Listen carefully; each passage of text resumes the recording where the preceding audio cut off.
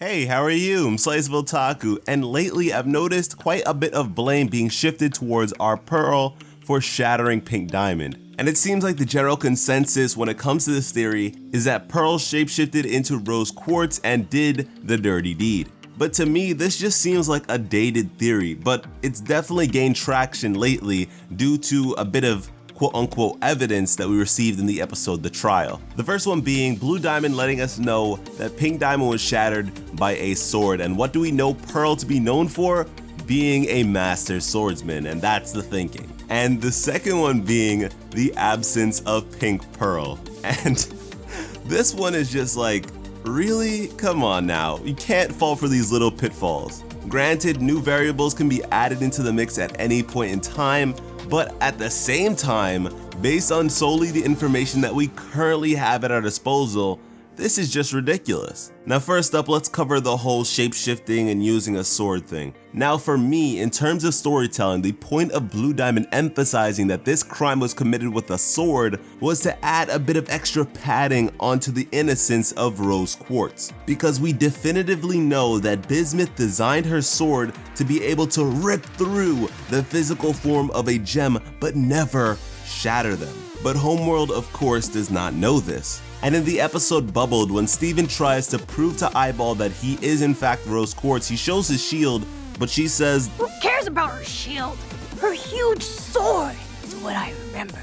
And so if this is a sword that Pink Diamond's entire entourage witnessed her be shattered with, then we, with our insider information, cannot be swayed by this because it doesn't make sense. And based on that, hypothetically, if Pearl did in fact shapeshift into Rose Quartz to shatter Pink Diamond because Rose just couldn't for whatever reason, but they definitely wanted the leader of the rebellion to be known for taking out a diamond, why would she use that sword when it can't shatter? And you know, people love to throw disrespect and discredit Eyeball's observations because she has one eye, but this event was supposedly witnessed by Pink Diamond's entire entourage. And it's not as if they were all just paid off, because Eyeball was definitely genuine in how she felt about this. And so I'd assume that a gem knows the difference between poofing and shattering. They had to have seen shards to believe that she was in fact shattered. And you know what, to discredit this portion of theory, I'm probably going into way too much, because all I need to point out is how massive Pink Diamond had to have been, because we saw her palanquin. It's not as if she was some weird diamond that happened to be much smaller than everyone else. No, she was big.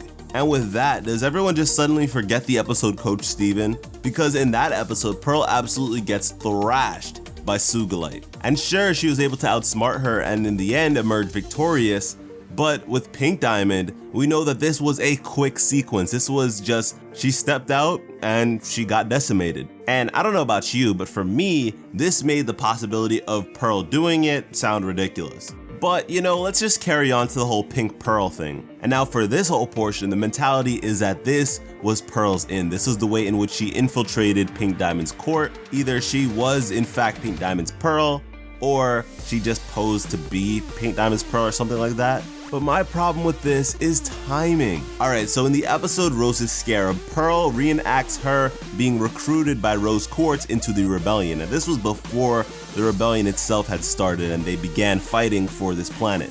And Pearl denotes this to be over 5,000 years ago. But more specifically, over 5,750 years ago, because that is the point in which Garnet is recruited for the rebellion, and we definitely know that Pearl was a part of the rebellion before Garnet. And at this time, the Earth was still regarded as a promising colony, and the rebellion was small. And so, at this point in time, the Earth was still under Pink Diamond's reign. Homeworld may have attempted to defuse the situation while it was in its infancy, but they were not successful. And so at some point later on, after the rebellion had garnered enough strength to be recognized as an enemy of war, and after the creation of the Beta Kindergarten, Pink Diamond was shattered. And all throughout this, prior to these events, Pearl was at the side of Rose Quartz. And remember what Zircon said, at the point of Pink Diamond's shattering, Rose Quartz had been a recognized threat for several hundred years. And her renegade Pearl, the salty one we all know and love, was definitely in the same boat, but nobody really cares about a lackey when you have the leader right before you. But yeah, my point with all of this is that Pearl was known. Many of Blue Diamond's court saw her in plain sight, and she took out some pretty bulky gems, and I think that they would remember being taken out by a pearl. And never once have we seen a diamond without their pearl by their side.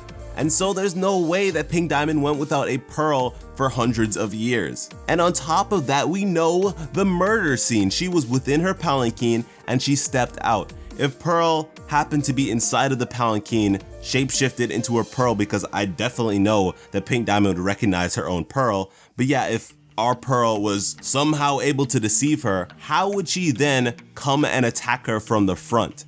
That doesn't make any sense. If she was behind her, that would mean that she had to have shapeshifted and curved all the way around her and then attack her from the front. It just does not correlate. It just sounds ridiculous. And once again, remember that this moment, this instance, this opening was created by a diamond. A diamond is responsible for this plot. And really, let's be honest, nobody is thinking that Pearl has any connection to Yellow or Blue Diamond. No, the fingers are being pointed at White Diamond once again. The enigma that we know virtually nothing about. And so thinking that our Pearl is some double agent hitman contracted by White Diamond just sounds like some bad fan fiction. And kind of just disregards Pearl's feelings and devotion towards Rose Quartz. She genuinely was willing to give her life for Rose Quartz. And so to think that White Diamond was just pulling her strings and that's the only reason that she was with the rebellion and she was there to take out Pink Diamond, it just sounds ridiculous. But yeah, I hope you guys enjoyed the video and are now able to recognize the glaring holes in this outdated theory, because we have to keep our eyes on the prize. We have to find out who actually did this and not miss any clues on the way, because we're stuck with this kind of mentality. So make sure you leave me your thoughts on all this in the comments, because although I'm feeling a bit sick, your comments do make me feel a lot better. And with that, thank you so much for watching and have an awesome day. I love you.